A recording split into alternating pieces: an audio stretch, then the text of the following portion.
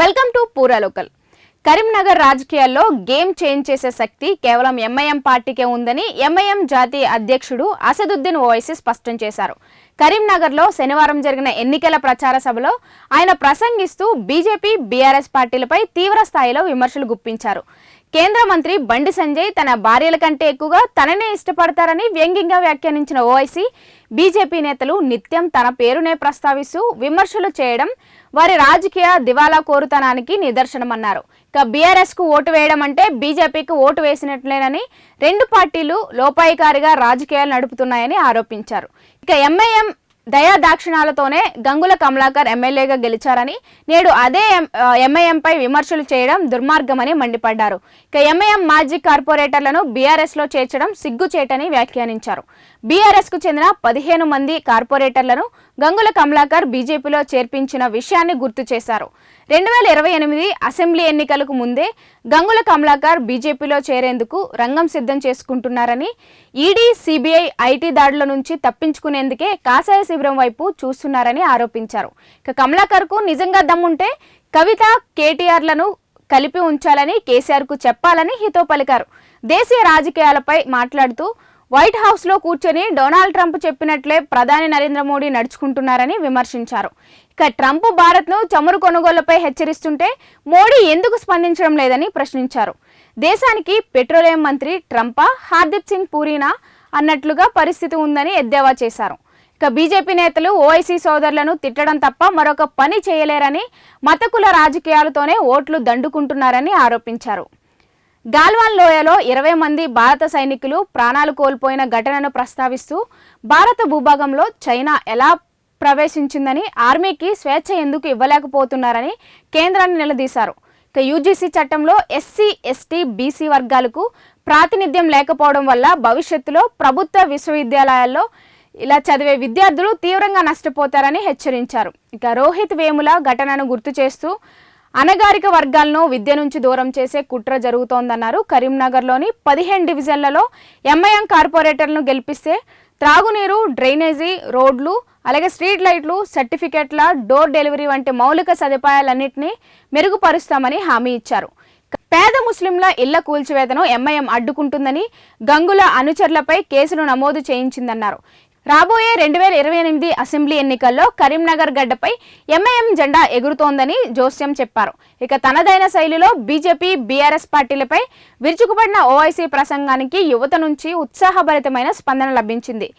ఈ కార్యక్రమంలో ఎంఐఎం ఉమ్మడి జిల్లా పరిశీలకుడు యాసర్ అరాఫత్, కరీంనగర్ అధ్యక్షుడు సయ్యద్ గులాం అహ్మద్ హుస్సేన్, మాజీ డిప్యూటీ మేయర్ అబ్బాస్ సమీతో పాటు మహారాష్ట్ర నేతలు నాసిర్ సిద్దికీ, షేక్ అహ్మద్, మాజీ నగర కమిటీ నాయకులు బర్కత్ అలీ, సయ్యద్ మొయిదుద్దీన్, కాదిర్ యూసుఫ్, అతీతా ఆతిఫ్, ఇబ్రహీం, అలాగే వాజిద్ ఖాన్, పలువురు పార్టీ నేతలు, కార్యకర్తలు పెద్ద సంఖ్యలో పాల్గొన్నారు. मैं यहाँ करीमनगर में खड़े होकर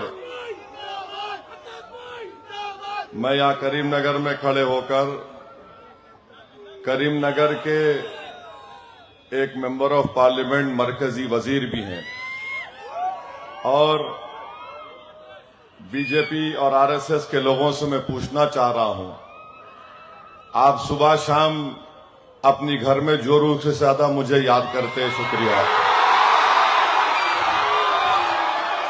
कोई बात नहीं, आप याद करिए, क्योंकि आपको मुझसे मोहब्बत है, मुझे आपसे नहीं है। कि एक रिटायर्ड आर्मी चीफ ने अपनी किताब लिखी, किताब में उन्होंने ये लिखा कि चीन की फौज लद्दाख में आ गई। मैं वजीर आजम मोदी को बोला, होम मिनिस्टर को बोला, एनएसए को बोला, वजीर दिफा राजनाथ सिंह को बोला कि बोलो क्या करना है। माने उस हमारी जो पेट्रोलिंग पॉइंट है वहां पर आ गई चीन की फौज। आधा घंटा, 1 घंटा, 1.5 घंटा, 2 घंटे के ऊपर हो गया। ये मैं नहीं, आर्मी चीफ लिख रहे, कैरावान मैगजीन ने उसको छापा, उस किताब के इख्तिसाबात को। तो काफी देर के बाद डिफेंस मिनिस्टर ने फोन करके उनको बताया, आर्मी चीफ को, कि जो उचित आप समझते हैं वो करिए। अगर मेरे घर के अंदर फर्ज करिए कोई बीजेपी वालों का घर है, लैंड ग्रैबर उसमें घुस गए, तो उन्होंने हैदराबाद में पार्टी प्रेसिडेंट को पूछते क्या करूं क्या करूं क्या करूं, पूछते क्या बोलो आप। और अगर वहां का पार्टी प्रेसिडेंट बोला जो उचित है वो करो, बोल तो उन्हें बोलता अरे मैं क्या करूं रे भाई। आर्मी को आप डायरेक्शन नहीं दिए, आर्मी का चीफ पूछ रहा है, जनरल साहब पूछ रहे हैं, जो उचित है वो करो। ये राष्ट्रवाद है आपका, ये देशभक्ति है आपकी।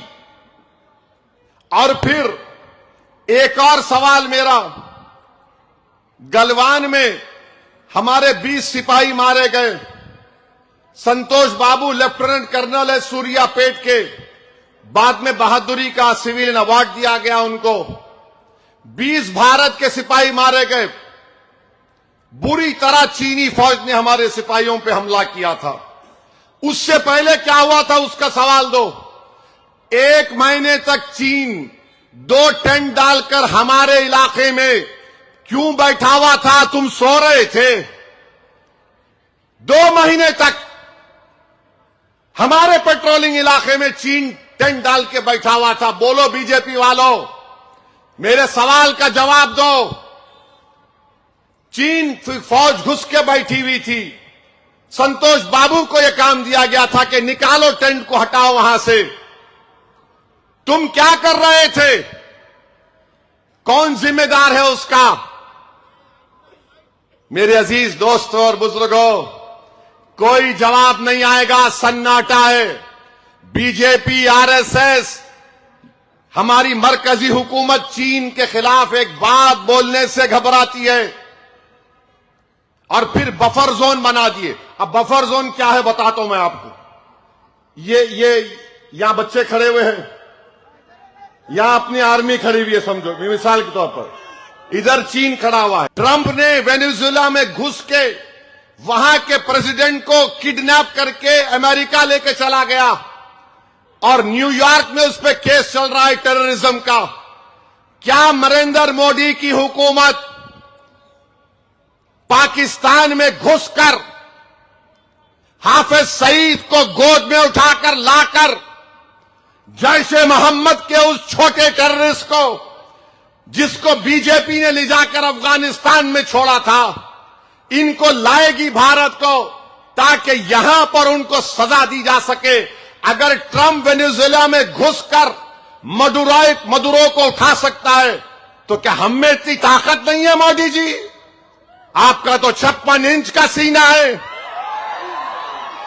आधे को नहीं निभाया। क्या 4 लोग 3 लोग चले गए, जाके गुलाबी खंडवा गले में डाल लिए। अब आप हमको बताओ, मंजलिस से मोहब्बत अगर देखना है ना आपको, यही बताता हूं मैं आपको। जमीर कादरी साहब जरा खड़े हो जाओ, शेख अहमद खड़े हो जाओ, रफीक चीता खड़े हो जाओ। ये तीनों औरंगाबाद के कॉरपोरेटर थे। जमीर कादरी साहब कितने 10 करोड़ का शादी खाना बना रहे हो, 24 करोड़ का शादी खाना बना रहे। शेख अहमद हमारे महाराष्ट्र के कितने जिलों के इंचार्ज थे आप? तकरीबन महाराष्ट्र के बड़े बड़े जिम्मेदार थे। चीता है, नहीं आपने काम के टिकट नहीं मिला इनको, यहां खड़े हुए हैं देखो। औरंगाबाद का, करीमनगर का, ये बोलते मंजलिस से मोहब्बत, इसको बोलते वफादारी। पूरा इलेक्शन काम किए तीनों, बैठिए पूरा इलेक्शन काम किया औरंगाबाद में। 33 कॉर्पोरेटर मंजलिस के कामयाब हुए। मेरे भाई, जो लोग छोड़ के चले गए ना, मैं आज भी कह रहा हूं, ये हरकत मत करो। 11 तारीख को इलेक्शन हो जाएगा, उसके बाद दुनिया तुमको करीमनगर की बोलेगी तेरा क्या हुआ क्या दिया। और फिर ये टीआरएस का एमएलए यहां पर जीता मंजलिस की खैरात से। कितने वोट से जीता अहमद? क्या बोला था नतीजा निकलने के बाद तुम्हारे को आके? जिंदगी तमाम। अहमद भाई, मजलिस का एहसान नहीं भूल सकता, तुम लोग बचा लिए मेरे को। अब वही एमएलए 15 अपने कारपोरेटरों को बीजेपी में भिजा दिया और फिर हमारी एक उम्मीदवार साहिबा हैं